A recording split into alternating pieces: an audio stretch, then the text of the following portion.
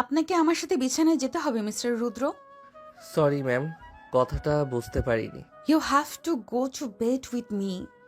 I am sorry ma'am, it's not possible. তোমার কি পুরুষত্ব নেই? এসব কি বলছেন? তাহলে আমার মতো হট সেক্সি বসকে কেউ রিজেক্ট করে? রুদ্রের কাছে দিনটা আর 10টা সাধারণ দিনের মতোই হতে পারত যদি না ঘড়ির কাঁটা 6টা ছোঁয়ার ঠিক আগ মুহূর্তে তানহা ম্যামের কেবিন থেকে ডাক আসত। তানহা চৌধুরী, যিনি এই বিশাল অ্যাড এজেন্সির সিইও, যার মেজাজ আর পারফেকশন নিয়ে পুরো অফিসে ত্রাহি ত্রাহি রব। রুদ্র গত 2 বছর ধরে এখানে ক্রিয়েটিভ হেড হিসেবে কাজ করছে, কিন্তু তানহার চোখের ওই অদ্ভুত চাহনি ও আজ পর্যন্ত বুঝে উঠতে পারেনি। কেবিনের ভারী কাচের দরজাটা ঠেলে ভেতরে ঢুকতেই রুদ্র দেখল তানহা ওনার রাজকীয় চেয়ারে হেলান দিয়ে বসে আছেন। ওনার পরনের শার্টের ওপরের দুটো বোতাম খোলা, হাতে এক গ্লাস দামি রেড ওয়াইন। ঘরের আলোটা ম্লান, আর বাতাসে কড়া পারফিউমের সাথে মিশে আছে এক রহস্যময় মাদকতা। রুদ্রের বুকটা কেন যেন কু ডাকল। বসো রুদ্র, আজ তোমাকে কোনো কাজের জন্য ডাকিনি। কোনো ভুল হয়েছে ম্যাম? প্রেজেন্টেশনে কি কোনো সমস্যা? ভুল তো মানুষেরই হয় রুদ্র, কিন্তু আমি চাইছি তুমি আজ একটা সঠিক কাজ করো। আমি বুঝতে পারছি না ম্যাম, অফিস আওয়ার শেষ, এখন অন্য কিছু? গ্লাসটা টেবিলে রেখে রুদ্রের দিকে ঝুঁকে এসে, অফিস আওয়ার শেষ হয়েছে বলেই তো আসল সময় শুরু হয়েছে। শোনো রুদ্র, তোমার বেতন আমি কাল থেকেই দ্বিগুণ শোনো রুদ্র, তোমার বেতন আমি কাল থেকেই দ্বিগুণ করে দিতে পারি। অবাক হয়ে, হঠাৎ বেতন বাড়ানোর কথা কেন আসছে? আমি তো তেমন কোনো বাড়তি কাজ করছি না। কাজ তো তুমি করবে, তবে সেটা ল্যাপটপে নয়, আমার এই একাকিত্বের ঘরে। ম্যাম, আপনি কি বলছেন? আপনি আমার বস, আমি আপনার কর্মচারী। কর্মচারী তো দিনে, রাতে কি আমার পার্টনার হতে পারো না? বিনিময়ে তুমি পাবে এই কোম্পানির পার্টনারশিপ। দাঁড়িয়ে পড়ে, এসব কি বাজে অফার ম্যাম? আমার নৈতিকতা কি এতই সস্তা? নৈতিকতা দিয়ে পেট ভর না রুদ্র। দেখো আমাকে, আমার ক্ষমতা দেখো, আমি যা চাই তাই পাই। আর আজ আমি তোমাকে চাইছি। সরি ম্যাম, আমি আপনার এই প্রস্তাবে রাজি হতে পারছি না। আমি এখনই চলে যাচ্ছি। দ্রুত উঠে এসে দরজার সামনে দাঁড়িয়ে, এত তাড়া কিসের? বাইরে বৃষ্টি হচ্ছে আর ভেতরে আমি পড়ছি। তুমি কি আমায় এভাবে ফিরিয়ে দেবে? আপনি সুস্থ নেই ম্যাম, মাতাল অবস্থায় আপনি যা বলছেন, কাল সকালে তার জন্য লজ্জিত হবেন। আমি একদম সুস্থ রুদ্র। এই যে আমার এই হাতটা ধরো, দেখো কতটা কাঁপছে। এটা মদের নেশায় নয়, তোমার নেশায়। হাত ছাড়ুন ম্যাম, কেউ দেখে ফেললে আপনার সম্মান ধুলোয় মিশবে। সম্মান? এই চার দেওয়ালের মাঝে কার সম্মান? শোনো রুদ্র, আগামী প্রমোশনটা কিন্তু আমার কলমের ডগায়। প্রমোশন কেনার জন্য আমি নিজেকে বিক্রি করব না। আমার পথ ছাড়ুন। রুদ্রের কলার ধরে কাছে টেনে নিয়ে, নিজেকে এত সাধু ভেবো না। আমি জানি তোমারও আমাকে ভালো লাগে। ওই যে আর চোখে আমার দিকে তাকাও, আমি সব বুঝি। সেটা কেবল সম্মানের চোখে তাকানো। দয়া করে সম্পর্কটাকে নোংরা করবেন না। নোংরা নয় রুদ্র, এটাকে বলে নেগোসিয়েশন। তুমি আমাকে তোমার একটা রাত দেবে, আমি তোমাকে পুরো ক্যারিয়ার দেব। আপনার ক্যারিয়ার আপনার কাছেই থাক। আমি পদত্যাগপত্র কাল সকালে জমা দিয়ে দেব। ফিসফিস করে রুদ্রের কানের কাছে, পদত্যাগ করলে কোনো কোম্পানি তোমাকে নেবে না। আমার ক্ষমতা কতদূর জানো তো? আপনি কি আমাকে হুমকি দিচ্ছেন? না রুদ্র, আমি তোমাকে প্রলোভন দিচ্ছি। একবার ভেবে দেখো, আমার এই শরীর আর এই বিশাল সাম্রাজ্য সবই তোমার হাতের মুঠোয় হতে পারে। আমার আত্মসম্মান আপনার সাম্রাজ্যের চেয়েও বড়। সরুন বলছি। মৃদু হেসে রুদ্রের ঠোঁটে আঙুল ছুঁয়ে, আজ না হয় চলে গেলে, কিন্তু কাল যখন অভাব তাড়া করবে, তখন এই তানহার কাছেই তোমাকে ফিরে আসতে হবে। হুঁ, মনে রেখো, আমি হাঁটতে শিখিনি। রুদ্র যখন নিজের পুরনো বাইকটা স্টার্ট দিয়ে অফিসের গলি থেকে বেরিয়ে এলো, ওর কান তখনও ভোঁ ভোঁ করছিল। তানহার ওই তীক্ষ্ণ কথাগুলো আর ওনার শরীরের ওই মাদকতাময় ঘ্রাণ রুদ্রের মস্তিষ্কে বিষের মতো কাজ করছিল। ও ভাবেনি একজন নারী নিজের ক্ষমতার দাপটে এতটা নিচে নামতে পারেন। বৃষ্টির ঝাপটা তখন বাড়ছে। রুদ্রের মনে হচ্ছিল এই বৃষ্টিতে ভিজে ও নিজের শরীর থেকে তানহার ওই অপবিত্র অফারটা ধুয়ে ফেলতে পারবে। কিন্তু রুদ্র জানত না ও যতক্ষণে বাড়ি পৌঁছাবে ততক্ষণে তানহা ওর জীবনের ভিত নাড়িয়ে দেওয়ার সব বন্দোবস্ত করে ফেলেছেন। রুদ্র ওর ছোট ফ্ল্যাটের সামনে পৌঁছতেই দেখল দরজার তালাটা ভাঙা। ওর বুকের ভেতরটা হঠাৎ কেঁপে উঠল। ও দ্রুত ভেতরে ঢুকে দেখল ড্রয়িং রুমের আসবাবপত্র সব ওলটপালট করা, যেন কেউ কোনো কিছুর তল্লাশি চালিয়েছে। ঠিক সেই মুহূর্তে দরজার ওপাশে নীল লাল আলো জ্বলে উঠল পুলিশের গাড়ি। পুলিশ? এখানে পুলিশ কেন? রুদ্র সাহেব, আপনার নামে অফিসের গোপন নথি চুরি আর কয়েক কোটি টাকা আত্মসাতের অভিযোগ আছে। কি বলছেন এসব? আমি তো মাত্র অফিস থেকে ফিরলাম। এসব মিথ্যে। মিথ্যা কি না সেটা আপনার ল্যাপটপ চেক করলেই বোঝা যাবে। আমাদের কাছে ইনফরমেশন আছে আপনি অফিসের ফান্ড সরিয়ে নিজের পার্সোনাল অ্যাকাউন্টে পাঠিয়েছেন। রুদ্র স্তম্ভিত হয়ে দেখল পুলিশ ওর আলমারি থেকে একটা ফাইল বের করল, যা ও জীবনে কোনোদিন দেখেনি। ও বুঝতে পারল তানহা ম্যাম ঠিক কতটা ভয়ঙ্কর হতে পারেন। মাত্র আধা ঘন্টার ব্যবধানে ওনার আইটি টিম আর কন্ট্যাক্ট কাজে লাগিয়ে রুদ্রকে এক নিমিষেই চোর বানিয়ে ফেলেছেন। রুদ্র যখন পুলিশের জিপে ওঠার জন্য হাত করা পড়ছিল তখন ওর ফোনে একটা মেসেজ এলো, আননোন নাম্বার। কিন্তু রুদ্র জানত ওটা কার। রুদ্র, বলেছি না আমি হাঁটতে শিখিনি। এখন জেল খাটবে নাকি আমার বেডরুমে এসে মাফ চাইবে, সিদ্ধান্ত তোমার। দাঁতে দাঁত চেপে এই আপনার খেলা ম্যাম। আপনি আমাকে যতটা দুর্বল ভেবেছেন আমি ততটা নই। কার সাথে কথা বলছেন? চলুন থানায়, ওখানে গিয়ে সব বীরত্ব বের করাচ্ছি। অফিসার, আমাকে ফাঁসানো হচ্ছে। আমাদের অফিসের সিইও তানহা চৌধুরী এসব করেছেন কারণ আমি ওনার একটা বাজে অফার রিজেক্ট করেছি। তানহা চৌধুরীর মতো একজন লেডি বস আপনাকে অফার দিবেন? রূপকথা শোনানোর বন্ধ করুন। ওনার মতো স্ট্যাটাসের মানুষ আপনাকে চোর হিসেবেই চেনে। রুদ্র বুঝতে পারল ও এক বিশাল মরণ ফাঁদে পা দিয়েছে। তানহা কেবল ওর ক্যারিয়ার নয়, ওর চরিত্রটাও ধ্বংস করতে চাইছেন, যাতে রুদ্রর কাছে ওনার পায়ে পড়া ছাড়া আর কোনো পথ না থাকে। লকআপের ভেতরে যখন রুদ্রকে ঢুকিয়ে দেওয়া হলো, ও অন্ধকারের মাঝে কেবল তানহার ওই কামুক আর ক্রূর হাসিটা দেখতে পাচ্ছিল। কিন্তু রুদ্রর জেদ এবার বহু গুণ বেড়ে গেল। ও জানত তানহা হয়তো ক্ষমতার সিংহাসনে বসে আছেন, কিন্তু রুদ্রর কাছে আছে ওর সততার শেষ সম্বল। ও মনে মনে ঠিক করল এই লাঞ্ছনার শোধ ও এমনভাবে নেবে যে তানহার ওই দম্ভ চূর্ণ হয়ে যাবে। নিজের মনে আপনি ভেবেছেন জেলের ভয় দেখিয়ে আমাকে আপনার শয্যাসঙ্গী করবেন ম্যাম? আপনি রুদ্রকে চেনেননি। এখন আসল লড়াই শুরু হবে। থানার স্যাঁতসেঁতে লকআপে রুদ্র যখন লোহার গারদ ধরে বাইরের অন্ধকারের দিকে তাকিয়েছিল, ঠিক সেই মুহূর্তেই শহরের অন্য প্রান্তে এক বিশাল অট্টালিকায় ড্রয়িং রুমে বসে তানহা আর তার বাবা আসিফ চৌধুরী এক গভীর ষড়যন্ত্রে লিপ্ত। আসিফ চৌধুরী এই শহরের নামকরা শিল্পপতি, যার এক ইশারায় প্রশাসনের বড় বড় কর্তা ওঠা বসা করেন। তানহা তার বাবার একমাত্র মেয়ে, আর তার সব অন্যায়ের সবচেয়ে বড় প্রশ্রয়দাতা হলেন আসিফ নিজে। তানহা পায়ের ওপর পা তুলে সোফায় বসে বিষাক্ত হাসিতে নিজের ফোনের স্ক্রিন দেখছিলেন, যেখানে রুদ্রর গ্রেফতারির খবরটা ভেসে বেড়াচ্ছে। বাবা, রুদ্র ছেলেটা বড্ড বেশি জেদি। ও ভেবেছিল আমাকে প্রত্যাখ্যান করে ও পার পেয়ে যাবে। এখন কেমন লাগছে ওর? ও তো কেবল একটা সামান্য কর্মচারী তানহা। ওর মতো ছেলেকে পিষে ফেলা আমার জন্য কোনো ব্যাপার না। কিন্তু তুমি কি নিশ্চিত যে ও কোনো প্রমাণ রাখেনি? প্রমাণ রাখার সুযোগই তো দিইনি বাবা। ওর ল্যাপটপ, ওর অ্যাকাউন্ট সব এখন আমাদের নিয়ন্ত্রণে। কিন্তু আমি চাই না ও সহজে ছাড়া পাক। ও যেন বুঝতে পারে তানহা চৌধুরীর না বলার পরিণাম কী। তুমি চিন্তা করো না মা, আমি কমিশনারের সাথে কথা বলে নিয়েছি।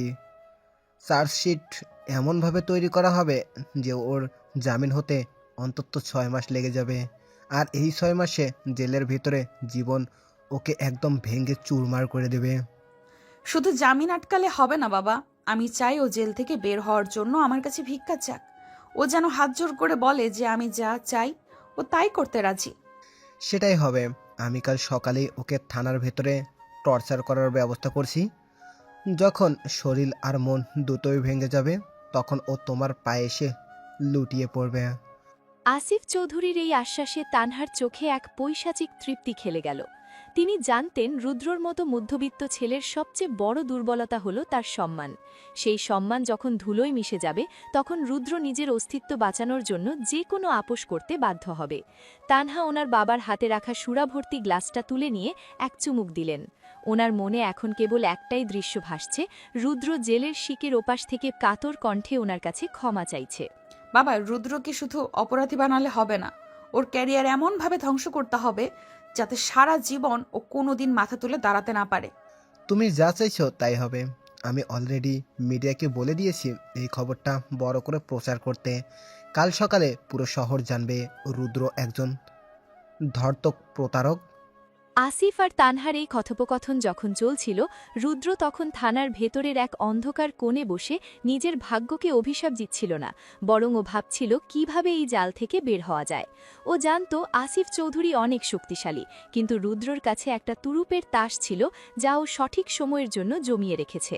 রুদ্র লক্ষ্য করছিল বড়বাবু বারবার তানহার নাম ধরে কারুর সাথে ফোনে কথা বলছেন। রুদ্রর জেদ এখন এক বিশাল আগুনের গোলার মতো জ্বলছে। ও বুঝতে পারছিল তানহা আর তার বাবা মিলে ওর জীবনটা নরক বানানোর সব আয়োজন সেরে ফেলেছেন। বাবা, তুমি কি পারবে রুদ্রর ওই বৃদ্ধ মাকেও একটু ভয় দেখাতে? তাহলে ও আরো দ্রুত ভেঙে পড়বে। তুমি চাইলে আমি আজ রাতেই লোক পাঠিয়ে দিচ্ছি। ওর মাকে পুলিশের ভয় দেখালে রুদ্র কালই সব স্বীকারোক্তি দিয়ে দেবে। তানহার এই নিষ্ঠুরতার সীমা ছাড়িয়ে যাচ্ছিল। রুদ্রর পরিবারকে এই নোংরামির মাঝে টেনে আনা মানে রুদ্রর সবচেয়ে সংবেদনশীল জায়গায় আঘাত করা। তানহা জানতেন রুদ্রর মা অসুস্থ, আর এই খবর যদি রুদ্র পায় তবে ও আর নিজেকে সামলাতে পারবে না। রুদ্রর জন্য লড়াইটা এখন কেবল কেরিয়ার বাঁচানোর নয়, বরং নিজের পরিবারকেও রক্ষা করার। থানার লকআপের লোহার শিকের সামনে যখন তানহার দামি হাই হিলের খটখট শব্দ প্রতিধ্বনিত হল, তখন রুদ্র সারা শরীর যন্ত্রণায় কুঁকড়ে আছে। আসিফ চৌধুরীর নির্দেশে সারা রাত তাকে মানসিক আর শারীরিক টর্চার করা হয়েছে। তানহা এসে যখন গারদের সামনে দাঁড়ালেন, ওনার মুখে ছিল এক বিজয়ী রাজকন্যার অবজ্ঞাপূর্ণ হাসি। ওনার পরনের কালো সিল্কের শাড়িটা এই নোংরা থানার পরিবেশেও যেন ক্ষমতার দম্ভ প্রকাশ করছিল। রুদ্র মেঝে থেকে ধীর পায়ে উঠে দাঁড়াল, ওর ঠোঁটের কোণে শুকিয়ে যাওয়া রক্তের দাগ, কিন্তু চোখে তখনও আগুনের তেজ। কি রুদ্র, কাল রাতের আতিথেয়তা কেমন লাগলো? জেলের ওই স্যাঁতস্যাঁতে মেঝের চেয়ে আমার বেডরুমের নরম বিছানাটা কি বেশি ভালো ছিল না? আপনার আতিথেয়তা আপনার পৈশাচিক মানসিকতার পরিচয় দিচ্ছে তানহা চৌধুরী। আপনি ভাবছেন এভাবে আমাকে ভেঙে ফেলবেন? আমি তোমাকে ভাঙতে আসিনি রুদ্র, আমি তোমাকে জুড়তে এসেছি। তবে শর্ত একটাই, তোমাকে আমার শর্তে বাঁচতে হবে। তানহা ওনার হ্যান্ডব্যাগ থেকে একটা স্ট্যাম্প পেপার বের করে গারদের ভিতর দিয়ে রুদ্রর দিকে ছুড়ে দিলেন। রুদ্র সেটা হাতে নিল। সেখানে পরিষ্কার লেখা আছে 1 বছরের একটি বিয়ের কন্ট্রাক্ট। এই 1 বছর রুদ্রকে তানহার সাথে থাকতে হবে, সমাজের চোখে ওনার স্বামী হিসেবে আর একান্ত মুহূর্তে ওনার কৃতদাস হিসেবে। বিনিময়ে রুদ্রর সব কেস তুলে নেওয়া হবে এবং তাকে অফিসের এমডি পদ দেওয়া হবে। রুদ্র কাগজটা দেখে এক বিভৎস হাসিতে ফেটে পড়ল। 1 বছরের কন্ট্রাক্ট ম্যারেজ? আপনি কি সত্যি নিজেকে এতটাই সস্তা মনে করেন যে শরীর আর ক্ষমতা দিয়ে বিয়ে কিনতে চাইছেন? এটাকে ডিল বলো রুদ্র। তোমার কাছে হারানোর আর কিছুই নেই। বাহিরে তোমার মা অসুস্থ, তোমার ক্যারিয়ার ধ্বংস। আজ যদি এই পেপারে সই না করো, তবে আগামী 10 বছর এই জেলেই পচে মরবে তুমি। 10 বছর জেলে থাকাও অনেক বেশি সম্মানের আপনার ওই চুক্তির বিছানায় শোয়ার চেয়ে। আপনি একজন নারী হয়ে অন্যকে প্রলোভন দেখান, লজ্জিত হওয়া উচিত আপনার। সম্মান দিয়ে পেট ভরে না রুদ্র। তুমি আমার স্বামী হিসেবে পরিচিত হলে শহরের সবাই তোমার পায়ের নিচে থাকবে। আমি তোমাকে ভালোবাসা দেব না, আমি তোমাকে মালিকানা দেব।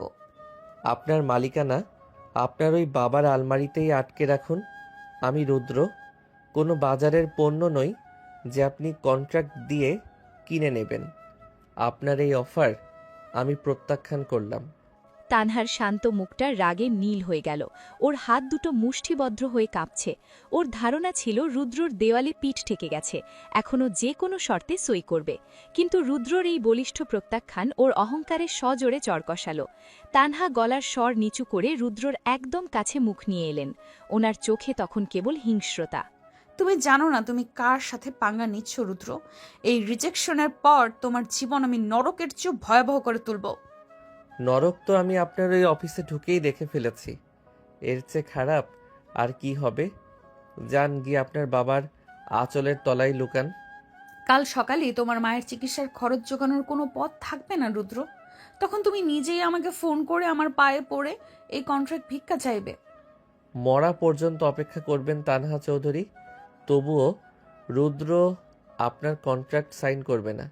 আপনার মতো কামুক আর ক্ষমতাশালী নারীর জন্য ঘৃণা ছাড়া আমার মনে আর কিছুই নেই।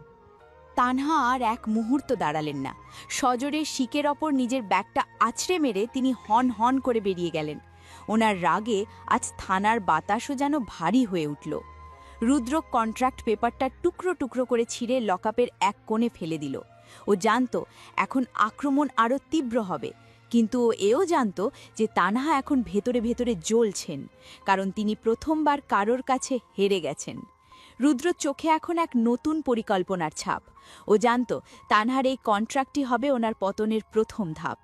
রুদ্র যখন ছেঁড়া কন্ট্রাক্ট পেপারগুলো নিয়ে ভাবছিল, ঠিক তখনই করিডোরে এক পরিচিত বুক ফাটা কান্নার শব্দ শোনা গেল। রুদ্রের হৃৎপিণ্ডটা এক মুহূর্তের জন্য থমকে গেল। ওই তো ওর মায়ের গলা! একটু পরই দেখা গেল পুলিশের এক কনস্টেবল রুদ্রের অসুস্থ মা সাবিহা বেগমকে ধরে নিয়ে আসছে। সাবিহা বেগমের শরীর কাঁপছে, চোখের জলে ওনার চশমা ঝাপসা হয়ে গেছে। ওনার এই করুণ দশা দেখে রুদ্রের লোহার মতো শক্ত মনটা যেন মোমের মতো গলতে শুরু করল। ও গাড়াদের কাছে গিয়ে চিৎকার করে উঠল, মা, তুমি এখানে কেন? তোমাকে কে নিয়ে এসেছে এই অবস্থায়? রুদ্ররে, ওরা আমাদের বাড়িতে লোক পাঠিয়েছিল। ওরা বলেছিল তুই নাকি চোর। আমি তো জানি আমার ছেলে কোনোদিন পরের একটা পয়সা ছোঁয়নি, কিন্তু ওরা আমার সামনে থেকে সব কেড়ে নিয়ে গেল, এমনকি আমার ঔষধগুলো ফেলে দিল। সাবিহা বেগম গাড়াদের শিকগুলো ধরে হাউমাউ করে কেঁদে উঠলেন। ওনার এই অসহায় কান্নার শব্দ রুদ্রের কানে তীরের মতো বীজছিল। রুদ্র দেখল ওর মা ঠিকমতো দাঁড়াতেও পারছেন না। ঠিক সেই সময় করিডোরের অন্ধকার থেকে আবার তানহার অবয়ব ভেসে উঠল। ওনার মুখে এক পৈশাচিক বিজয়ের হাসি। ওনার ইশারায় এক কনস্টেবল সাবিহা বেগমকে সরিয়ে দেওয়ার চেষ্টা করল। দেখছো রুদ্র, তোমার একগুঁয়েমির জন্য তোমার মা আজ রাস্তার ভিখারি। আমি চাইলে ওনাকে এখনই শহরের সবচেয়ে ভালো হসপিটালে ভর্তি করাতে পারি, আবার চাইলে ওনাকে থানার বারান্দাতেই ধুকে ধুকে মরতে দিতে পারি। আপনি এত নীচ তানহা চৌধুরী? একজন অসুস্থ বৃদ্ধা মানুষকে নিয়ে খেলা করছেন। রুদ্র, তুই ওদের পায়ে ধর বাবা। তুই যা করেছিস বলেছিস তা আমি বিশ্বাস করি না, কিন্তু তুই না থাকলে আমি কার কাছে যাব? ওরা আমাদের শেষ করে দেবে রে। মায়ের এই আর্তনাদ রুদ্রের জেদকে পুরোপুরি ধুলোয় মিশিয়ে দিল। ও বুঝতে পারল তানহা ওর সবচেয়ে দুর্বল জায়গায় আঘাত এনেছেন। নিজের আত্মসম্মান বিসর্জন দেওয়া যায়, কিন্তু মায়ের এই দশাও আর সহ্য করতে পারছিল না। রুদ্রের চোখ দিয়ে অজান্তেই জল গড়িয়ে পড়ল। ও মাথা নিচু করে গাড়াদের শিকটা ধরে রইল। তানহা ওনার ব্যাগ থেকে আর একটা নতুন কন্ট্রাক্ট পেপার আর একটা দামি কলম বের করে ওনার দিকে এগিয়ে দিলেন। সময় খুব কম রুদ্র। এই পেপারে একটা সই মানে তোমার মায়ের কেবিন বুকড আর তোমার মুক্তি। বলো, এখনো কি তোমার ওই সস্তা সম্মান বড়? দাঁতে দাঁত চেপে, মার গায়ে যেন একটা আচরণ না লাগে। আপনি যা চেয়েছেন তাই হবে। আমি আপনার কন্ট্রাক্টে রাজি। রুদ্র কাপা হাতে স্ট্যাম্প পেপারটা নিয়ে সই করে দিল। সই করার পর ওর মনে হলো ও কেবল কাগজে নয়, নিজের আত্মায় কালির দাগ বসিয়ে দিয়েছে। তানহা ছো মেরে পেপারটা নিয়ে নিলেন এবং ওনার লাল ঠোঁটে এক রহস্যময় হাসি ফুটে উঠল। ওনার এই হাসিতে প্রেমের লেশমাত্র ছিল না, ছিল এক দুর্দান্ত শিকারীর আনন্দ। স্মার্ট ডিসিশন রুদ্র। এখন তোমার মা সরাসরি হসপিটালে যাবেন আর তুমি কাল সকালে আমার বাড়িতে। মনে রেখো, এখন থেকে তুমি আমার কেনা সম্পত্তি। আমি রাজি হয়েছি মানে আমি আপনার কাছে হেরে গেছি তা ভাববেন না ম্যাম। একদিন এই কলমের কালি আপনার চোখের জল হয়ে ঝরবে।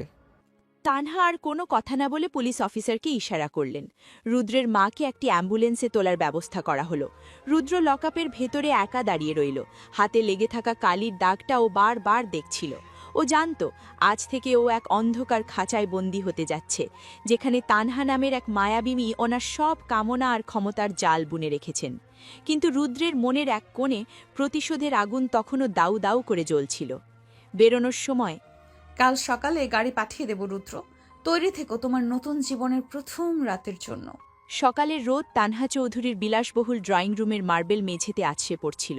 রুদ্রকে জেল থেকে সরাসরি এই অট্টালিকায় নিয়ে আসার ব্যবস্থা আগেই করা হয়ে রাখা হয়েছিল।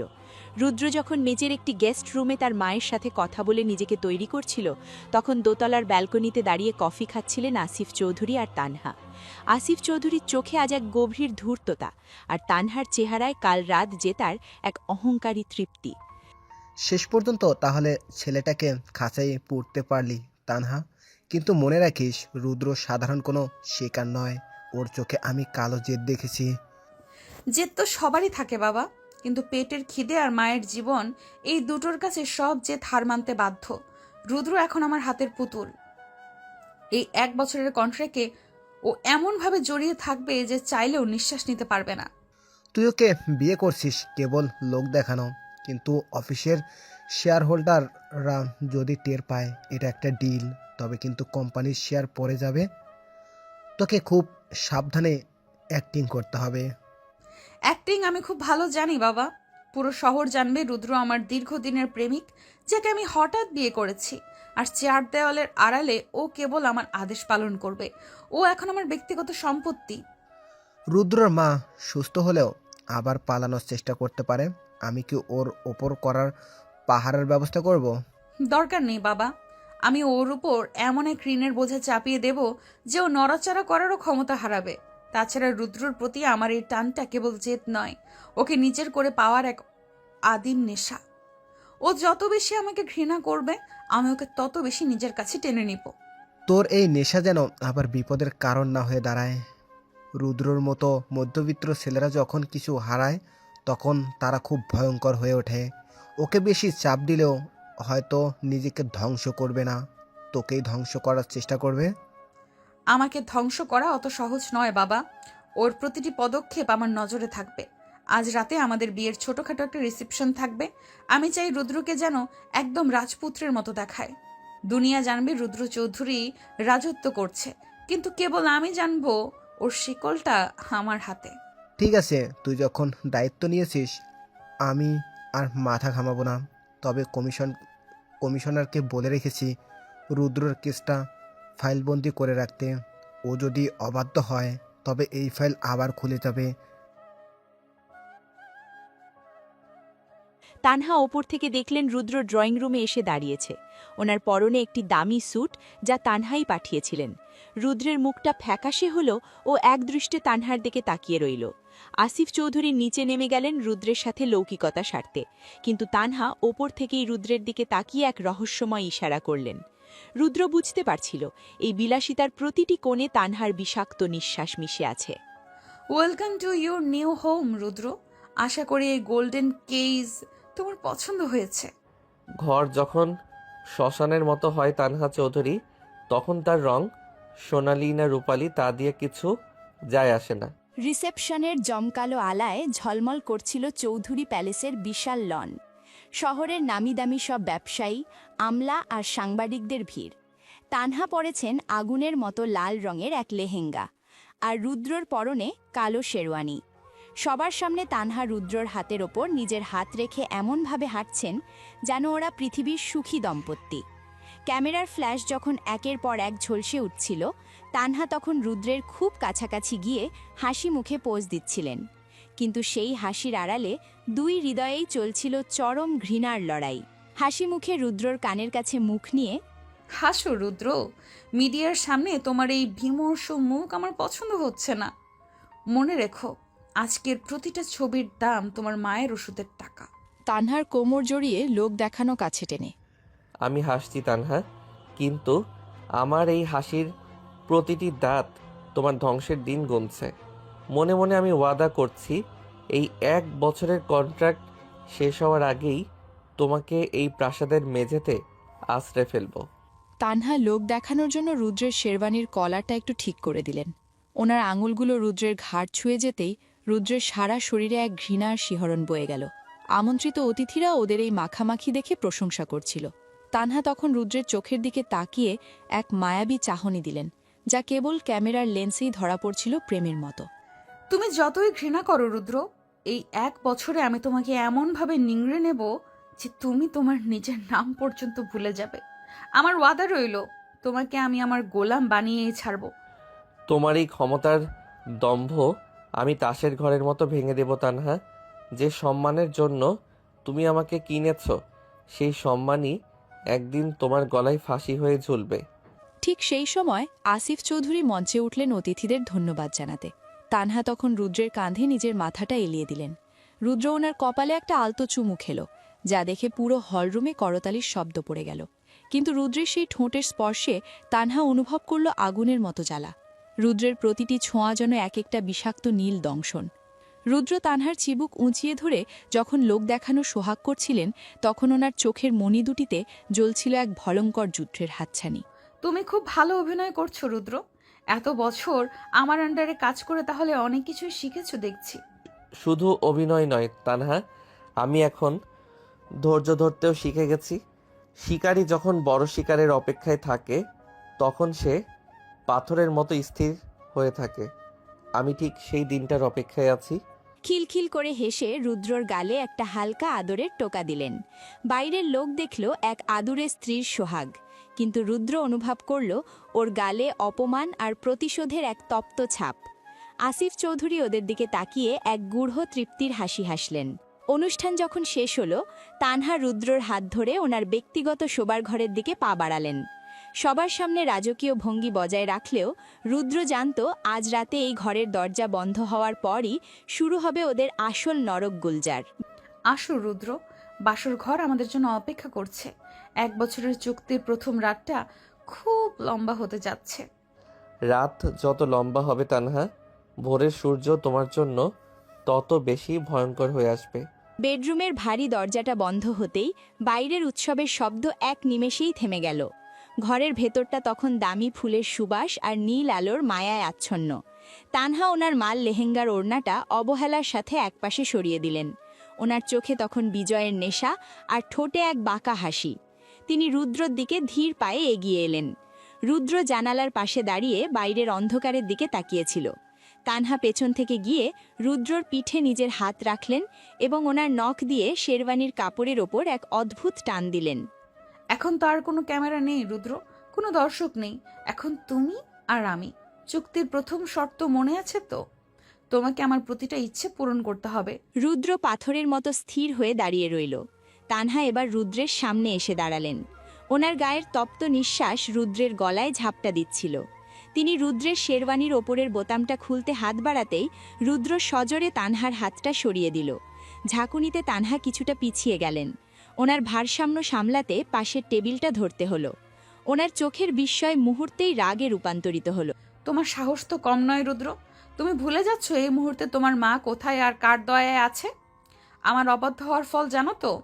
আমি সই করেছি তোমার বাড়িতে থাকার জন্য, তোমার গোলাম হওয়ার জন্য নয় তানহা চৌধুরী। যে শরীর তুমি ক্ষমতা দিয়ে কিনতে চেয়েছ, সেই শরীরে হাত দেওয়ার যোগ্যতা তোমার নেই। যোগ্যতা? আমি তোমাকে জেল থেকে বের করে এনেছি, রাজপ্রাসাদে জায়গা দিয়েছি, আর তুমি আমাকে যোগ্যতার কথা শোনাচ্ছ? জেলখানা এর চেয়ে অনেক বেশি পবিত্র ছিল তানহা। ওখানে অন্তত দেওয়ালগুলো তোমার মতো দুর্গন্ধ ছড়াতো না। তুমি নিজেকে খুব সুন্দরী ভাবো, তাই না? কিন্তু আমার কাছে তুমি এই মুহূর্তে ডাস্টবিনের সে আবর্জনার মতো, যা দেখলে ঘৃণা ছাড়া আর কিছু আসে না। তানহা এবার পাগলের মতো রুদ্রর দিকে এগিয়ে এলেন এবং ওর কলার চেপে ধরলেন। ওনার ফর্সা মুখটা রাগে সিঁদুর রাঙা হয়ে গেছে। ওনার মনে হচ্ছিল রুদ্রর এই অপমান ওনার আত্মসম্মানে বিষাক্ত তীরের মতো বিঁধছে।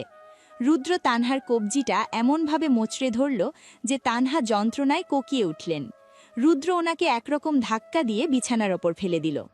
তোমার এই লাল লেহেঙ্গা আর হীরের গয়না দিয়ে তুমি তোমার ভেতরের কদর্যতা ঢাকতে পারবে না। একজন কামুক নারী আর একজন পতিতার মধ্যে কোনো পার্থক্য নেই যখন সে শরীর দিয়ে ডিল করে। তুমি আমার কাছে ঠিক তেমনই একজন। রুদ্র, মুখ সামলে কথা বলো। আমি তোমাকে এই মুহূর্তে পুলিশে দিতে পারি। দাও, কাল সকালে খবরের কাগজে হেডলাইন হবে, কোটিপতি তানহা চৌধুরী তার কেনা স্বামীর কাছে প্রত্যাখ্যাত হয়ে তাকে জেলে পাঠিয়েছেন। তোমার ওই বাবার মান সম্মান তখন কোথায় থাকবে?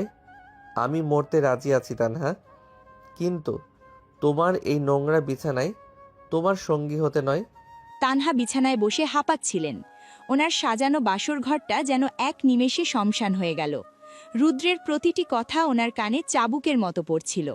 তানহা কোনোদিন ভাবেননি কেউ ওনাকে এভাবে সবার সামনে বা আড়ালে প্রত্যাখ্যান করতে পারে। রুদ্র ঘরের এক কোণে রাখা সোফার দিকে হেঁটে গেল এবং নিজের শেরওয়ানিটা খুলে ছুঁড়ে মারল মেঝের ওপর। আজ রাতটা এই সোফায় কাটবে, আর তুমি ওই বিশাল বিছানায় একা শুয়ে নিজের ক্ষমতার দম্ভ চিবিয়ে খাও। মনে রেখো তানহা, রুদ্রকে তুমি কিনতে পেরেছ ঠিকই, কিন্তু জয় করতে পারবে না। আমি তোমাকে পস্তাতে বাধ্য করব রুদ্র। তুমি আমার সাথে যে অপমান করলে তার শোধ আমি তিলে তিলে নেব। শোধ নেওয়ার জন্য আগে নিজেকে আয়নায় দেখো তানহা। দেখবে সেখানে কোনো মানুষ নেই, আছে শুধু এক হিংস্র জানোয়ার। সকালের স্নিগ্ধ আলোয় তানহা যখন সাবিহা বেগমের ঘরে ঢুকলেন, উনার মুখে তখন এক নিপুণ ছলনার মুখোশ। রাতের সেই অপমানের ক্ষত তিনি মেকআপ আর কৃত্রিম হাসি দিয়ে ঢেকে রেখেছেন। সাবিহা বেগম বিছানায় হেলান দিয়ে বসেছিলেন। উনার সামনে তখন দামি ফলের ঝুড়ি আর সেবিকাদের ভিড়। তানহাকে দেখে তিনি একটু কুঁকড়ে গেলেন, কারণ তিনি জানেন এই নারীর ইশারাতেই তার ছেলের জীবন ওলটপালট হয়েছে। তানহা খুব ধীর পাশ এগিয়ে এসে সাবিহা বেগমের পায়ের কাছে বসলেন, যেন তিনি খুব বাধ্য এক পুত্রবধূ। মা, এখন শরীরটা কেমন লাগছে আপনার? কোনো কিছুর কি অসুবিধা হচ্ছে এখানে? রুদ্র তো এখন অফিসের কাজে খুব ব্যস্ত মা। আপনার চিকিৎসার জন্য ও দিনরাত এক করে দিচ্ছে। ও খুব লক্ষ্মী ছেলে, আমার সব কথা খুব মন দিয়ে শোনে। আমাদের বিয়ের পরও তো ও এই বিশাল সাম্রাজ্যের দায়িত্ব নিয়েছে। মা, আমি তো সাধারণ মানুষ। এইসব রাজপ্রাসাদ আর ক্ষমতা আমি বুঝি না। শুধু জানি আমার ছেলেটা খুব সৎ। ও খুশি তো তোমার সাথে? ওর চোখে আমি কাল কষ্ট দেখেছি। তানহা সাবিহা বেগমের হাতটা নিজের হাতের মুঠোয় নিলেন। ওনার আঙুলগুলো সাবিহা বেগমের হাতে বুলিয়ে দিলেও ওনার মনে তখন বিষের খেলা। তানহা জানেন রুদ্রের মাই হলো সেই চাবিকাঠি যা দিয়ে রুদ্রকে বশ করা যাবে। তিনি ওনার গলার স্বরকে যতটা সম্ভব নরম আর বিষণ্ণ করে তুললেন। মা, রুদ্র হয়তো একটু গম্ভীর, কিন্তু আমাদের মধ্যে অনেক ভালোবাসা। তবে জানেন তো, ওর মাঝে মাঝে খুব জেদ চেপে যায়। কাল রাতেও ও খুব জেদ করছিল। আমি চাই না ওর এই জেদের জন্য আবার কোনো বিপদ হোক। আপনি যদি ওকে একটু বুঝিয়ে বলেন, তবে আমাদের সংসারটা খুব সুখের হবে। রুদ্র তো কোনোদিন অন্যায় জেদ করে না মা। ও কি তোমার কোনো অমর্যাদা করেছে? না মা, তা নয়। আসলে রুদ্র বুঝতে পারছে না যে ওনার এই একগুঁয়েমি ওনার আর আপনার উভয়ের জন্যই খারাপ হতে পারে। আমি তো চাই ও রাজার মতো থাকুক, কিন্তু ও যদি আমার কথা না শোনে, তবে আমার বাবা হয়তো আবার রেগে যাবেন। আর বাবা রেগে গেলে কি হতে পারে তা তো আপনি জানেনই। সাবিহা বেগমের মুখটা ফ্যাকাশে হয়ে গেল। তিনি বুঝতে পারলেন তানহা ওনাকে পরোক্ষভাবে হুমকি দিচ্ছেন। তানহার এই মিষ্টি কথার আড়ালে যে কতটা ধারালো ছুরি লুকিয়ে আছে তা বুঝতে ওনার বাকি রইল না। তিনি কাঁপা কাঁপা হাতে তানহার হাতটা ধরলেন। মা, আমার ছেলেকে তুমি আর বিপদে ফেলো না। ও হয়তো তোমাকে কখনো চিনতে পারেনি। আমি ওকে বুঝিয়ে বলবো। ও যেন তোমার অবাধ্য না হয়। শুধু তোমরা শান্তিতে থাকো। আমি তো সেটাই চাই মা। আপনি শুধু ওকে মনে করিয়ে দেবেন যে ওর প্রতিটি ভুলের মাসুল আপনাকে আর ওকে একসাথে দিতে হবে। ভালো থাকবেন মা, আমি এখন আসি। তানহা ঘর থেকে বেরিয়ে যেতেই সাবিহা বেগম ডুকরে কেঁদে উঠলেন। তিনি বুঝতে পারছেন ওনার ছেলে এক সোনার খাঁচায় বন্দী হয়েছে, যেখানে প্রতি পদক্ষেপে মৃত্যুর হাতছানি। অন্যদিকে তানহা করিডোর দিয়ে হাঁটার সময় নিজের মনেই হাসছিলেন। তিনি জানতেন রুদ্রের মা যখন রুদ্রকে অনুরোধ করবেন ওনার বশ্যতা স্বীকার করতে, তখন রুদ্রের আর পালানোর কোনো পথ থাকবে না। এবার দেখা যাক রুদ্র, মায়ের চোখের জলের সামনে তোমার এই আত্মসম্মান কতক্ষণ টিকে থাকে। সকালের রোদ জানালার পর্দা ভেদ করে ঘরে আসলেও রুদ্রের কাছে দিনটা একরাশ অন্ধকার নিয়ে হাজির হয়েছে। রাতে সোফায় শুয়ে ওর হাড়গুলো ব্যথায় টনটন করছে, কিন্তু মনের জ্বালা তার চেয়েও বেশি। সাবিহা বেগমের ঘরের সামনে গিয়ে রুদ্র দেখল ওর মা জানালার দিকে তাকিয়ে একা একা কাঁদছেন। রুদ্রকে দরজায় দেখেই তিনি তড়িঘড়ি করে চোখের জল মুছে ফেলার চেষ্টা করলেন, কিন্তু রুদ্রের তীক্ষ্ণ নজর এড়াল না। ও ধীর পায়ে এগিয়ে গিয়ে মায়ের পাশে বসল। রুদ্র, তুই এসেছিস বাবা? কাল রাতে ঘুম হয়েছে তো তোর? ঘরটা তো অনেক বড়, তোর কি একা একা ভয় করেছিল? ভয় নয় মা, এই ঘরের দেওয়ালে দেওয়ালে কেবল দম্ভ আর অহংকার। কিন্তু তুমি কাঁদছিলে কেন মা? তানহা কি এখানে এসেছিল? ও কি তোমাকে কিছু বলেছে? রুদ্রের হাত চেপে ধরে না রে বাবা, এত খুব মিষ্টি করে কথা বলছিস, কিন্তু ওর কথার আড়ালে যে ভয়ঙ্কর রূপ আমি দেখলাম, তাতে আমার বুকটা যেন ফেটে যাচ্ছে। রুদ্র, তুই কি ওই মেয়েটার কাছে নিজেকে বিক্রি করে দিয়েছিস বাবা? মা, তুমি এসব কি বলছো? আমি যা করেছি তোমার চিকিৎসার জন্য, আমাদের বাঁচার জন্য। না রুদ্র, ওই কাঁচা তো মরণের চেয়েও খারাপ। তানহা আমাকে বুঝিয়ে দিয়ে গেছে, তুই যদি ওর অবাধ্য হস তবে ও আমাদের আবার রাস্তায় নামিয়ে দেবে। তুই কেন এই বিষাক্ত জালে পা দিলি বাবা? আমরা না হয় চিকিৎসা হতো না, আমি না হয় মরেই যেতাম, তবুও তো তুই মাথা উঁচু করে থাকতে পারতিস। মায়ের কোলে মাথা রেখে তুমি ছাড়া আমার কে আছে বলো? তোমার জন্য আমি নরকে যেতেও রাজি। তানহা ভাবছে ও আমাকে কিনে নিয়েছে, কিন্তু ও জানে না আমি ওর প্রতিটি চালের জবাব দেওয়ার জন্য তৈরি হচ্ছি। তুমি শুধু ভেঙে পড়ো না মা।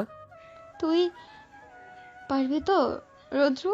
ওই মেয়েটাকে পেছনে ওর বাবা আর অঢেল ক্ষমতা, ওরা আমাদের মতো মানুষকে পিষে মারতে একবারও ভাবে না। রুদ্র, তুই ওর সাথে আর ঝামেলা করিস না বাবা। ও যা চায় তুই তাই কর। আমি চাই না আমার জন্য তোর ওপর আবার কোনো অত্যাচার হোক। মায়ের এই অসহায় আত্মসমর্পণ রুদ্রের কলিজায় গিয়ে বিঁধল। ও অনুভব করল তানহা কেবল ওকেই নয়, ওর মাকেও এক অদৃশ্য শেকলে বেঁধে ফেলেছে। রুদ্রের মা এখন মৃত্যু ভয়ে নয়, ছেলের ওপর হতে যাওয়া লাঞ্ছনার ভয়ে কুঁকড়ে আছেন। রুদ্রের চোয়াল শক্ত হয়ে উঠল।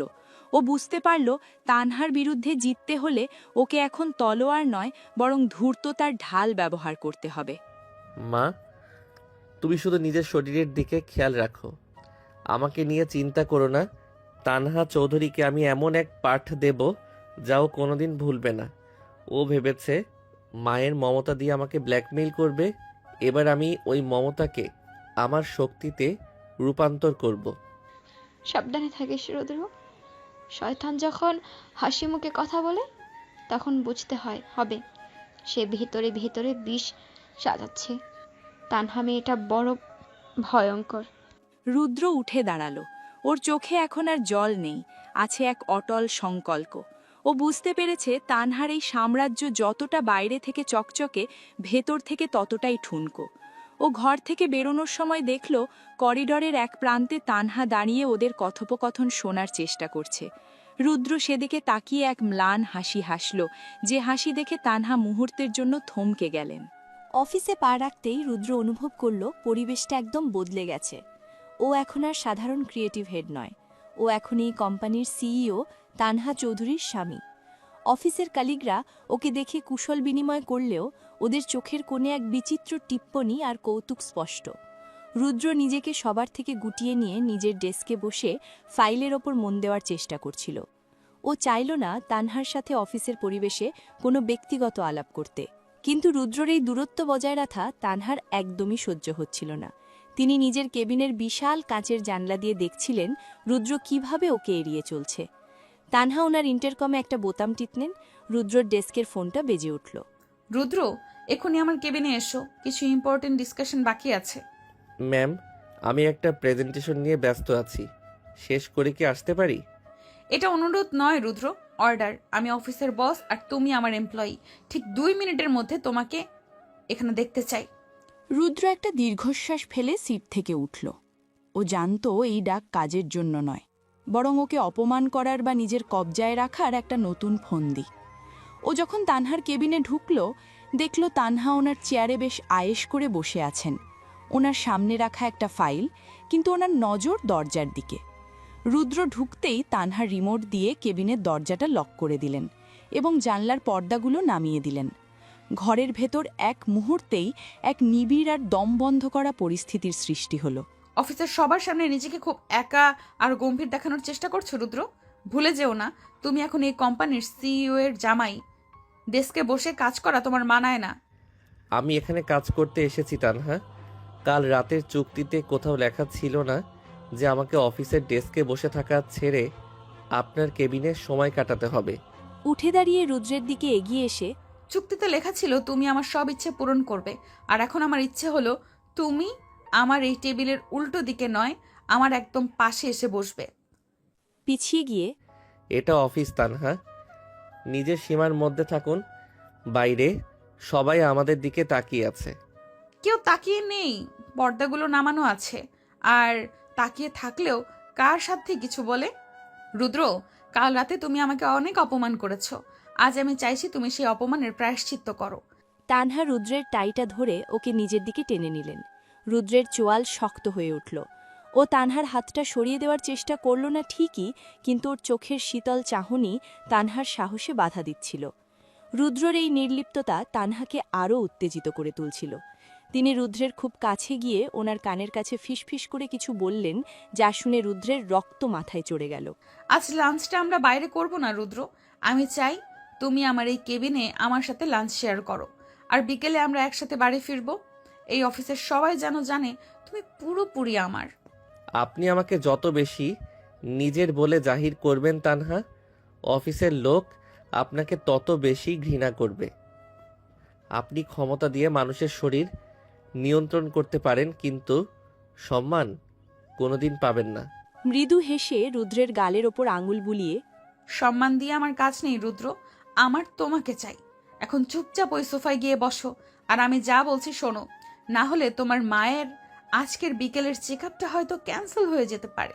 রুদ্রের হাত দুটো মুষ্টিবদ্ধ হয়ে উঠল। মায়ের নাম শুনে ও আবার সেই অসহায়ত্বের বৃত্তে বন্দী হয়ে পড়ল। ও বাধ্য হয়ে তানহা নির্দেশিত সোফায় গিয়ে বসল। তানহা ওনার বিজয়ীর হাসি নিয়ে নিজের চেয়ারে ফিরে গেলেন। রুদ্র জানত অফিসের এই 4 দেওয়ালের মাঝে তানহা ওকে তিলে তিলে শেষ করার পরিকল্পনা করছেন।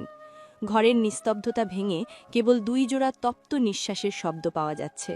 তানহা আজ সব পর্দা সরিয়ে রুদ্রের ওপর ওনার অধিকার প্রতিষ্ঠা করতে মরিয়া। রুদ্রের সুঠাম দেহের উপর তানহার রেশমি গাউনটা অবহেলার সাথে খসে পড়ল। রুদ্রের খালি বুকের উপর তানহার নখের তীক্ষ্ণ আঁচড় যেন এক আদিম যুদ্ধের সংকেত দিচ্ছিল। রুদ্রের প্রতিরোধ ক্ষমতা তখন চূড়ান্ত পর্যায়ে পৌঁছে ভেঙে চুরমার হয়ে গেছে। ও তানহার কোমর জড়িয়ে ধরে ওনাকে নিজের দেহের সাথে সজোরে পিষে ধরল। তানহার ঘাড়ের খাঁজে রুদ্রের উষ্ণ ঠোঁটের স্পর্শে এক উন্মাতাল শিহরণ বয়ে গেল। তানহা রুদ্রের চুলে নিজের আঙুলগুলো শক্ত করে ডুবিয়ে দিলেন। ওনার চোখ দুটো কামনায় আধ বোঝা, কপালে বিন্দু বিন্দু ঘাম জমছে।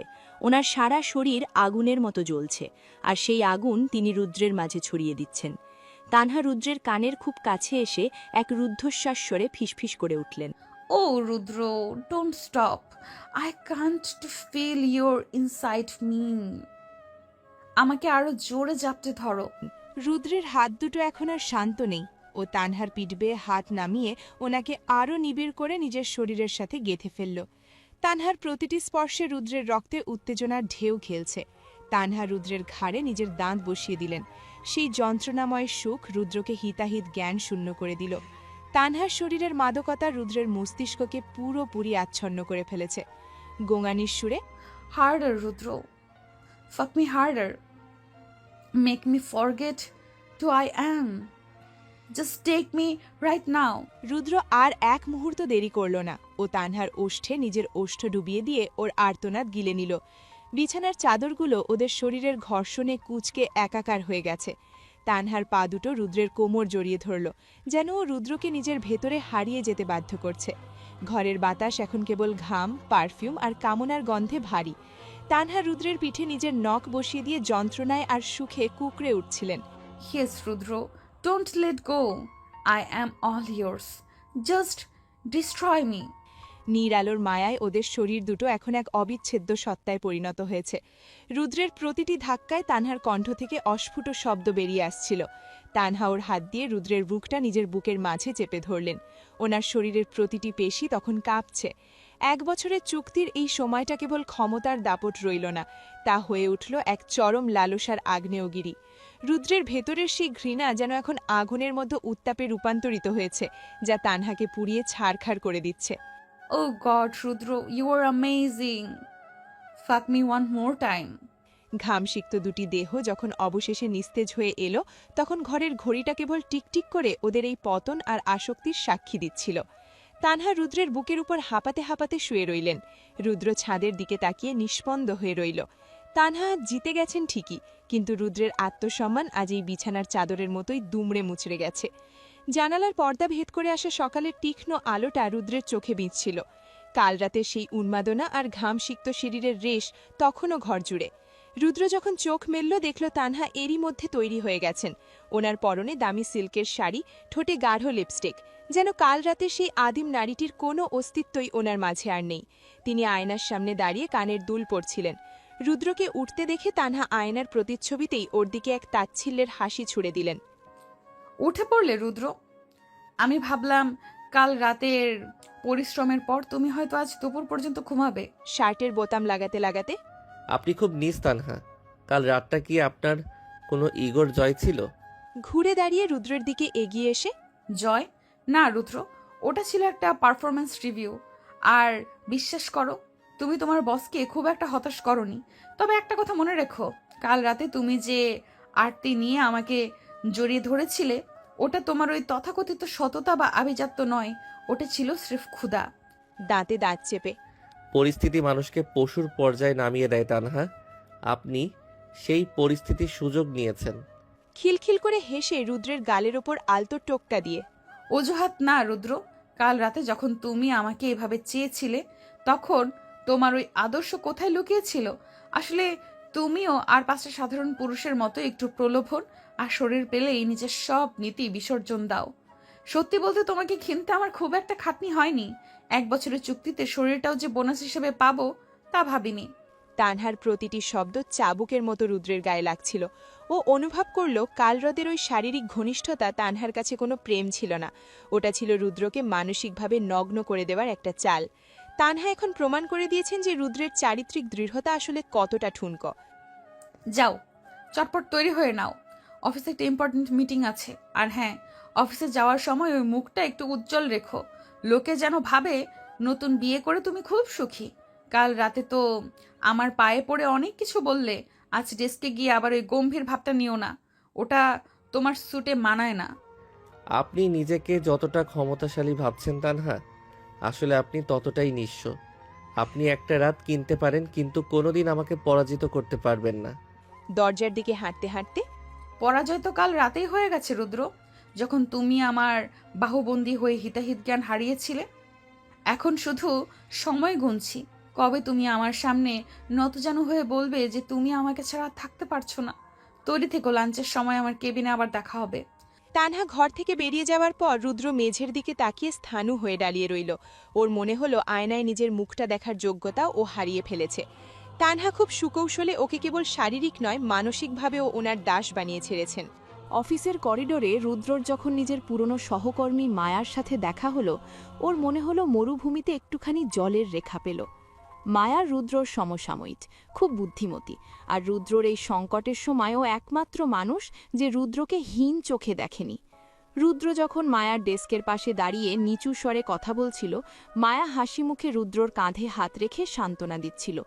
ওদের দুজনের এই সহজ রসায়ন আর হাসি অফিসের গুমোট ভাবটা যেন এক মুহূর্তের জন্য কাটিয়ে দিল। ঠিক সেই সময় তানহা ওনার কেবিন থেকে বেরিয়ে মিটিং রুমের দিকে যাচ্ছিলেন। রুদ্র আর মায়াকে ওইভাবে হাসাহাসি করতে দেখে ওনার পায়ের গতি হঠাৎ থমকে গেল। ওনার চোখের মণি দুটো রাগে সংকুচিত হয়ে এলো। কাল রাতে যে মানুষটা ওনার বাহুবন্দী ছিল, আজ সে অন্য এক সাধারণ মেয়ের সাথে এত সহজ হতে পারছে। তানহার ভেতরটা এক অজানা জ্বালায় জ্বলে উঠল। রুদ্র, অফিসটা কি আড্ডা দেওয়ার জায়গা? তোমার হাতে কি কোনো কাজ নেই? রুদ্র আর মায়া দুজনেই চমকে তাকালো। মায়া অপ্রস্তুত হয়ে রুদ্রর কাঁধ থেকে হাত সরিয়ে নিল। রুদ্র কিন্তু এবার দমল না, ও শান্ত চোখে তানহার দিকে তাকালো। ম্যাম, আমরা একটা প্রজেক্টের আপডেট নিয়ে কথা বলছিলাম। মায়া খুব ভালো একটা আইডিয়া শেয়ার করছিল। মায়ার দিকে এক বিষাক্ত নজরে তাকিয়ে, আইডিয়া দেওয়ার জন্য অনেক এমপ্লয়ি আছে মায়া। আর রুদ্র, তুমি আমার পার্সোনাল অ্যাসিস্ট্যান্ট হিসেবে কাজ করছো, এখন ভুলে যেও না। তোমাকে ডেস্কের আড্ডার মারার জন্য আমি বেতন দেইনি। মায়া, তুমি তোমার কাজে ফেরো। আর তুমি রুদ্র, এক্ষুনি আমার কেবিনে এসো। তানহা গটগট করে নিজের কেবিনে ঢুকে গেলেন। ওনার রাগী পদধ্বনিতে ফ্লোরের সবাই সচকিত। রুদ্র মায়ার দিকে তাকিয়ে একটা ম্লান হাসি দিয়ে তানহার কেবিনের দিকে পা বাড়াল। ভেতরে ঢুকতেই ও দেখল তানহা জানালার দিকে পিঠ দিয়ে দাঁড়িয়ে আছেন। ওনার ঘন ঘন নিঃশ্বাস পড়ছিল। ওই মেয়েটার সাথে তোমার কিসের এত মাখামাখি রুদ্র? ওর সাহস কি করে হয় আমার স্বামীর কাঁধে হাত দেওয়ার? ও আমার বন্ধু তানহা। আর আপনি তো বললেন আমি আপনার কেনা সম্পত্তি। একটা যন্ত্রের সাথে লোকে কথা বলতেই পারে, এতে জেলাস হওয়ার কি আছে? জেলাস? আমি? তানহা চৌধুরী জেলাস হবে ওই মামুলি একটা মেয়ের ওপর? জাস্ট মনে রেখো রুদ্র, এই অফিসের প্রতিটি ইঞ্চি আমার। আর তুমি কার সাথে হাসবে, কার দিকে তাকাবে, সেটা আমি ঠিক করে দেব। একটু এগিয়ে গিয়ে, আপনি কি ভয় পাচ্ছেন তানহা? ভয় পাচ্ছেন যে আমি আপনার এই সোনার খাঁচা ছিঁড়ে অন্য কোথাও সুখ খুঁজে নেব? কাল রাতের ওই বিছানায় হয়তো আপনি আমাকে পেয়েছিলেন, কিন্তু আমার হাসিটা তো মায়ার সাথেই ছিল। রাগে ফুঁসতে ফুঁসতে রুদ্রর কাছে এসে, মুখ বন্ধ করো। ওর সাথে তোমাকে আর একবার দেখলে আমি আজই ওকে টার্মিনেট করব। আমি তোমাকে কারোর সাথে শেয়ার করব না রুদ্র, নট ইভেন আ ফ্রেন্ড। আপনার এই অধিকার বোধটা খুব কুৎসিত তানহা। এটা ভালোবাসা না, এটা স্রেফ একটা মানসিক রোগ। দুপুরের রোদে অফিসের কাঁচের দেয়ালগুলো যখন ঝকঝক করছে, তখন তানহার কেবিনের ভেতরের আবহাওয়া আগ্নেয়গিরির মতো তপ্ত। মায়ার সাথে রুদ্রর হাসিটা তানহার মনে যে ঈর্ষার আগুন জ্বালিয়েছিল, তা এখন চরম লালসায় রূপ নিয়েছে। লাঞ্চ আওয়ারে স্টাফরা যখন ক্যান্টিনে ব্যস্ত, তানহা তখন রুদ্রকে নিজের কেবিনে ডেকে পাঠিয়ে ভেতর থেকে ইলেকট্রনিক লকটা নিঃশব্দে আটকে দিলেন। রুদ্র সোফায় বসামাত্রই তানহা ওর সামনে গিয়ে দাঁড়ালেন। ওনার চোখ দুটো তখন ক্ষুধার্ত বাঘিনীর মতো জ্বলছে। তুমি ভেবেছ মায়ার সাথে হেসে আমাকে ছোট করবে? আমি তোমাকে বুঝিয়ে দেব রুদ্র, তোমার হাসির প্রতিটি রেখা আর শরীরের প্রতিটি কোষ কার অধীনে। উঠে দাঁড়ানোর চেষ্টা করে, তানহা, এটা অফিস, বাইরে সবাই আছে। রুদ্রর বুকে ধাক্কা দিয়ে আবার সোফায় বসিয়ে দিয়ে, শাট আপ! আমি বস, আর আমি যা চাই আজ তাই হবে। তানহা এবার রুদ্রর দু পায়ের মাঝখানে হাঁটু গেড়ে বসলেন। ওনার রেশমি শাড়ির আঁচলটা মেঝেতে লুটোপুটি খাচ্ছে। ওনার হাত দুটো রুদ্রর বেল্টের দিকে এগোতেই রুদ্রর শরীরে এক প্রবল শিহরণ খেলে গেল। তানহা রুদ্রর চোখের দিকে তাকিয়ে ওনার জিভ দিয়ে নিচের ঠোঁটটা কামড়ে ধরলেন। ওনার এই বন্য রূপ রুদ্রর পৌরুষে সজোরে আঘাত করল। I want to feel you right here on this floor. I want to break my pride. রুদ্র। তানহা রুদ্রর প্যান্টের জিপারটা খুলতেই এক চরম উত্তেজনার স্রোত বয়ে গেল। রুদ্রর অবাধ্য হাত দুটো তানহার ব্লাউজ ছিঁড়ে ফেলার মতো করে ওনার পিঠ আঁকড়ে ধরল। তানহা ওনার মুখটা রুদ্রের উদরের উপর চেপে ধরলেন। ওনার তপ্ত নিঃশ্বাস রুদ্রর অন্তরাত্মা কাঁপিয়ে দিচ্ছিল। রুদ্র কোনো মতে নিজের গোঙানি আটকানোর চেষ্টা করছিল, পাছে বাইরে কেউ শুনে ফেলে। কিন্তু তানহা আজ বেপরোয়া, ফিসফিস করে উত্তেজিত স্বরে, Oh God, Rudra, you were so hard. Give it to me. Fuck me like you in me. রুদ্র এক ঝটকায় তানহাকে ওনার টেবিলের ওপর তুলে নিলেন। ল্যাপটপ আর ফাইলগুলো মেঝেতে পড়ে গেল ঝনঝন করে। তানহা ওনার পা দুটো রুদ্রের কোমরে লতার মতো জড়িয়ে ধরলেন। টেবিলের ওপর তানহার শাড়িটা একপাশে সরে যেতেই ওনার শুভ্র উরুযুগল রুদ্রের সামনে উন্মুক্ত হয়ে পড়ল। রুদ্রের নিয়ন্ত্রণ তখন পুরোপুরি হারিয়ে গেছে। ও তানহার ঘাড়ের শিরায় নিজের দাঁত বসিয়ে দিয়ে সজোরে ওনার ভেতরে প্রবেশ করল। গলা ফেটে যাওয়ার মতো চিৎকার করে, Yes, harder, Rudra. Fuck me harder. Oh, just like that. Don't stop. রুদ্রের প্রতিটি ধাক্কায় টেবিলটা থরথর করে কাঁপছে। তানহা ওনার নখ দিয়ে রুদ্রের পিঠে গভীর আঁচড় কাটছিলেন। ওনার চোখ উল্টে যাচ্ছিল সুখে আর যন্ত্রণায়। ওনার গলার আওয়াজ এখন এই অফিসের এই সাউন্ডপ্রুফ কেবিনের দেওয়ালে প্রতিধ্বনিত হচ্ছে।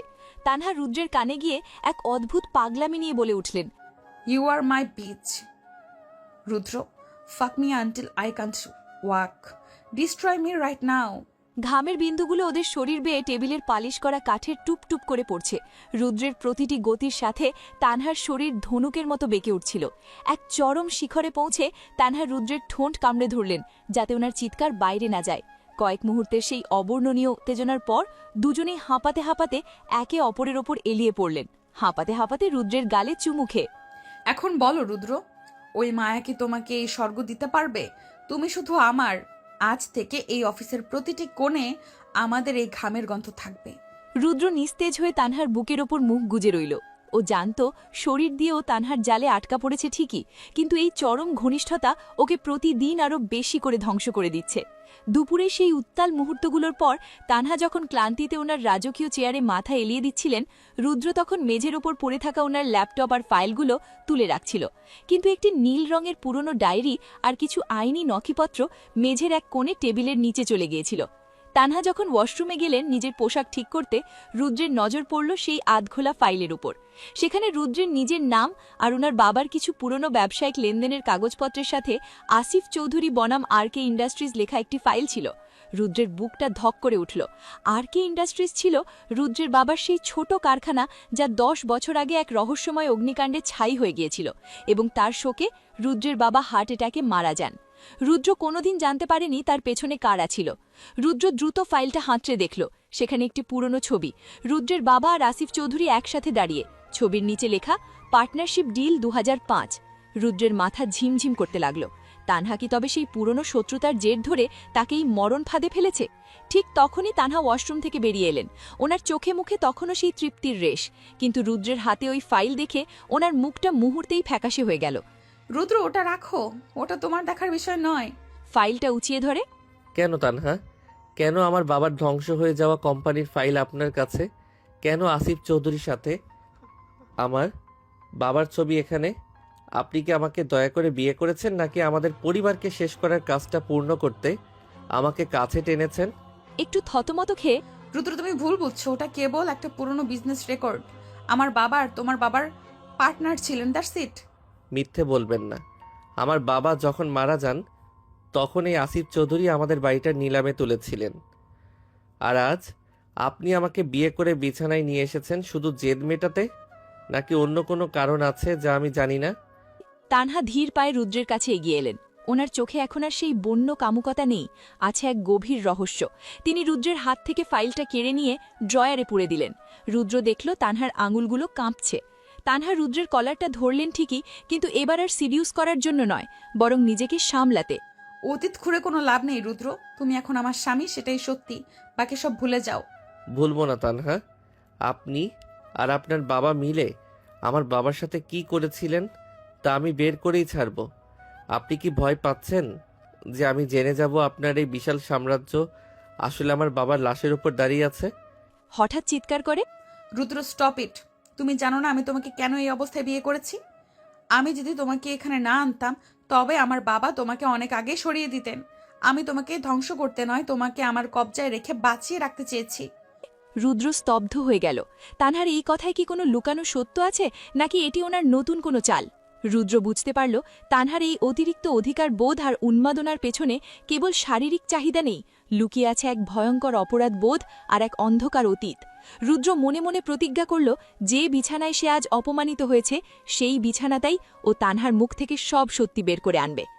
রুদ্রের চোখের সেই জ্বলন্ত দৃষ্টি দেখে তানহা বুঝতে পারলেন আর লুকানোর জায়গা নেই। রুদ্র এখন কেবল একজন স্বামী বা ভুক্তভোগী নয়, সে এখন এক হিংস্র শিকারী যে সত্যের গন্ধ পেয়ে গেছে। তানহা ধীর পায়ে গিয়ে ওনার কেবিনের ডাবল লকারটা খুললেন। সেখান থেকে বের করে আনলেন একটা পুরনো উইল আর দলিলে ঠাসা লাল রঙের ফাইল। ফাইলটা রুদ্রের দিকে ছুড়ে দিয়ে তানহা সোফায় ধপাস করে বসে পড়লেন। ওনার 2 হাতে মুখ ঢেকে এক অদ্ভুত শব্দে হাসতে লাগলেন তিনি। তুমি জানতে চাও কেন এই কন্ট্রাক্ট ম্যারেজ, কেন এই জেদ? এই নাও সত্যের দলিল রুদ্র, পড়ে দেখো তোমার বাবা আসলে কে ছিলেন আর আমার বাবা তার সাথে কি করেছিলেন। রুদ্র কাপা কাপা হাতে ফাইলটা খুলল। প্রথম পাতাটা উল্টাতেই ওর পায়ের নিচের মাটি সরে গেল। সেখানে পরিষ্কার লেখা আছে, আরকে ইন্ডাস্ট্রিজের 51% শেয়ারের মালিক রুদ্রের বাবা ছিলেন না, বরং আসিফ চৌধুরী জালিয়াতির মাধ্যমে সেই শেয়ার নিজের নামে লিখে নিয়েছিলেন। শুধু তাই নয়, যে কারখানায় আগুন লেগেছিল সেই আগুনের বিমার টাকা আসিফ চৌধুরী তুলে নিয়েছিলেন, আর রুদ্রের বাবাকে ঋণের জালে ফাঁসিয়ে দিয়েছিলেন, গলা চিরে চিৎকার করে। তার মানে আমার বাবা চোর ছিলেন না? আপনার বাবা তাকে খুন করেছেন, আর আপনি সেই চোরের মেয়ে হয়ে আমাকে আপনার বিছানায় আনলেন কোন সাহসে? দাঁড়িয়ে উঠে চিৎকার করে। কারণ আমি তোমাকে ভালোবাসি রুদ্র। ছোটবেলা থেকেই যখন তুমি আমাদের বাড়িতে বাবার বন্ধুর ছেলে হয়ে আসতে, তখন থেকে আমি তোমাকে নিজের করে পাওয়ার স্বপ্ন দেখতাম। কিন্তু বাবা যখন তোমাদের ধ্বংস করে দিলেন, তখন আমি নিরুপায় ছিলাম। বড় হয়ে যখন দেখলাম তুমি আমার অফিসে জয়েন করেছো, তখন আমি জানতাম বাবা তোমাকে চিনে ফেললে মেরে ফেলবেন। ভালোবাসেন তাই আমাকে জেলে পাঠালেন, তাই আমাকে বেইজ্জতি করে এই কন্ট্রাক্ট পেপারে সই করালেন। হ্যাঁ, কারণ তোমাকে আমার জিম্মায় না রাখলে বাবা তোমাকে পৃথিবী থেকে সরিয়ে দিতেন। রুদ্র, আমি তোমাকে ঘৃণা লালসা দিয়ে আগলে রেখেছি যাতে তুমি বাবার নজর থেকে দূরে থাকো। এই কন্ট্রাক্ট ম্যারেজ আসলে তোমাকে লিগ্যাল প্রোটেকশন দেওয়ার জন্য ছিল, কিন্তু আমি জানতাম তুমি আমাকে কোনোদিনও ভালোবাসবে না, তাই আমি শরীর আর ক্ষমতা দিয়ে তোমাকে বেঁধে রাখতে চেয়েছি। উন্মত্তর মতো হাসতে হাসতে। কি চমৎকার চিত্রনাট্য! আমার বাবার খুনিকে বাঁচানোর জন্য আপনি আমাকে আপনার শরীরের নেশায় ডুবিয়ে রাখলেন। আপনি জানতেন আমি সত্য জানলে আপনার বাবাকে ফাঁসিতে ঝোলাবো, তাই আপনি আমাকে 1 বছরের চুক্তিতে কামুকতার জালে বন্দি করলেন। রুদ্রের কলার চেপে ধরে। বিশ্বাস করো রুদ্র, আমি বাবাকে ঘৃণা করি, কিন্তু আমি তোমাকে হারাতে চাইনি।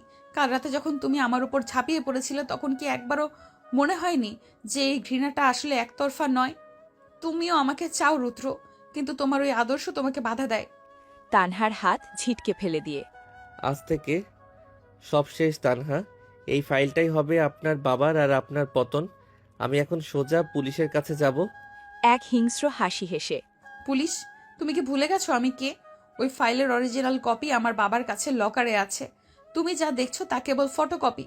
তুমি যদি এক্ষুনি পুলিশের কাছে যাওয়ার চেষ্টা করো, তবে আমার বাবা তোমার মাকে হসপিটাল থেকে বের করে দেবেন, আর তোমাকে আবার কোনো একটা ড্রাগস বা মার্ডার কেসে ফাঁসিয়ে দেওয়া হবে। রুদ্রের হাতে থাকা ফাইলটা মেঝেতে পড়ে গেল। ও বুঝতে পারল ও এক বিশাল মাকড়সার জালে আটকে গেছে। তানহা ওনার বাবার অপরাধ ঢাকতে নয়, বরং রুদ্রকে সারা জীবন নিজের কাছে বন্দি রাখতে এই সত্যটাকে অস্ত্র হিসেবে ব্যবহার করছেন। তানহা এবার রুদ্রের খুব কাছে এসে ওর ঠোঁটে আলতো আঙুল বুলিয়ে দিলেন। ওনার চোখে তখন এক পৈশাচিক মমতা। সত্য জেনে গেলে তো এখন থেকে আমাদের জীবন আরো সহজ হবে রুদ্র। এখন আর কোনো লোক দেখানো কন্ট্রাক্ট লাগবে না। তুমি থাকবে আমার কাছে তোমার বাবার রক্তের ঋণ শোধ করতে, আর বিনিময়ে আমি তোমাকে দেব অগাধ সম্পদ আর আমার এই শরীর, যা তুমি আজ দুপুরও পাগলের মতো উপভোগ করেছিলে। আপনি একজন শয়তান তানহা। ফিসফিস করে। I am your devil Rudra, and you are going to worship me for the rest of your life. সত্যের সেই প্রলয়ঙ্করী বিস্ফোরণের পর কেবিনের ভেতরটা কবরের মতো নিস্তব্ধ হয়ে গেল। রুদ্রের চোখে তখন জল নেই, আছে কেবল এক সর্বনাশী শূন্যতা। সে বুঝতে পারল তানহা কেবল তার শরীর নয়, তার অস্তিত্বের প্রতিটি শেকড় নিজের মুঠোর ভেতর পিষে ফেলেছে। রুদ্র ধীরে ধীরে সেই ফাইলটা তুলে নিয়ে তানহার চোখের দিকে তাকালো, যে চোখে বিজয়ের এক ভয়ঙ্কর তৃপ্তি। এখন তো সব পরিষ্কার রুদ্র। তোমার মা বেঁচে থাকবেন, তোমার বাবার কোম্পানির ধ্বংসাবশেষ এই সাম্রাজ্যের অংশ হয়ে থাকবে। শর্ত একটাই, তোমাকে সারা জীবন আমার ছায়ায় থাকতে হবে। আপনি জিতে গেছেন তানহা, তবে আপনার এই জয় আপনাকে শান্তিতে ঘুমাতে দেবে না। রুদ্র আর একটিও শব্দ উচ্চারণ করল না। সে কেবিন থেকে বেরিয়ে সোজাসুজি নিজের মায়ের কেবিনে গেল। সেখানে গিয়ে দেখল সাবিহা বেগম শান্তিতে ঘুমাচ্ছেন। রুদ্র ওনার কপালে একটা চুমু খেয়ে মনে মনে বলল, মা, তোমাকে বাঁচানোর জন্য আজ আমি নিজের আত্মাকে শয়তানের কাছে বিক্রি করে দিলাম। সেই রাতেই চৌধুরী প্যালেসে এক অদ্ভুত উৎসবের আয়োজন করলেন আসিফ চৌধুরী। যদিও তিনি জানতেন না রুদ্র সব সত্য জেনে গেছে, কিন্তু তানহার ইশারায় তিনি রুদ্রকে এখন থেকে কোম্পানির ফুল টাইম ডিরেক্টর ঘোষণা করলেন। ডিনার শেষে তানহা রুদ্রর হাত ধরে ওনার সেই অন্ধকার নীল আলোর ঘরে নিয়ে গেলেন। দরজা বন্ধ হতেই তানহা রুদ্রকে পেছন থেকে জাপটে ধরলেন। Finally you are where you belong. No more contracts, no more lies, just you and me. Rudra ঘুরে দাঁড়ালো। ওর চোখে আর কোনো ঘৃণা বা প্রতিবাদ নেই, আছে কেবল এক নির্লিপ্ত আত্মসমর্পণ। ও তানহাকে পাঁজা কোলা করে তুলে নিয়ে বিছানায় ছুড়ে দিল। তানহা ভাবলেন রুদ্র হয়তো ওনাকে মেনে নিয়েছে, কিন্তু রুদ্রর এই আলিঙ্গনে আজ কোনো আবেগ ছিল না, ছিল কেবল এক যান্ত্রিক প্রতিশোধ। আজ থেকে আমি আপনার সব ইচ্ছে পূরণ করব তানহা, কিন্তু মনে রাখবেন আপনি যা পেয়েছেন তা কেবল একটা প্রাণহীন দেহ। আমার মনটা আপনি কখনোই পাবেন না। পাগলের মতো রুদ্রকে নিজের কাছে টেনে নিয়ে, I don't care about your soul, Rudro. Just give me your body. Over and over again. Make me scream your name. বাইরের রাতের আকাশটা মেঘে ঢাকা পড়ে গেল। সেই রাজকীয় ঘরে শুরু হলো এক নতুন অন্ধকার অধ্যায়। তানহা পেলেন এক আজীবন সঙ্গীকে, কিন্তু হারালেন সেই মানুষটাকে যাকে তিনি সত্যিই ভালোবাসতে পারতেন। আর রুদ্র, সে হয়ে রইল সেই সোনালি খাঁচার বন্দি রাজপুত্র, যে প্রতিদিন তানহার বাহুবন্দী হয়ে নিজের বাবার খুনিদের সাম্রাজ্য পাহারা দেয়। 1 বছর পর হয়তো চুক্তি শেষ হবে, কিন্তু রুদ্রর এই অদৃশ্য শেকল কোনো দিনও ছিঁড়বে না। তানহা চৌধুরীর বিছানা হলো রুদ্রের সিংহাসন, আর সেই সিংহাসনই হলো ওর স্থায়ী কারাগার। সত্য আর লালসার এই যুদ্ধে কেউ হারল না, কেবল এক টুকরো মানবতা আর এক পশলা শুদ্ধ ভালোবাসা চিরতরে হারিয়ে গেল।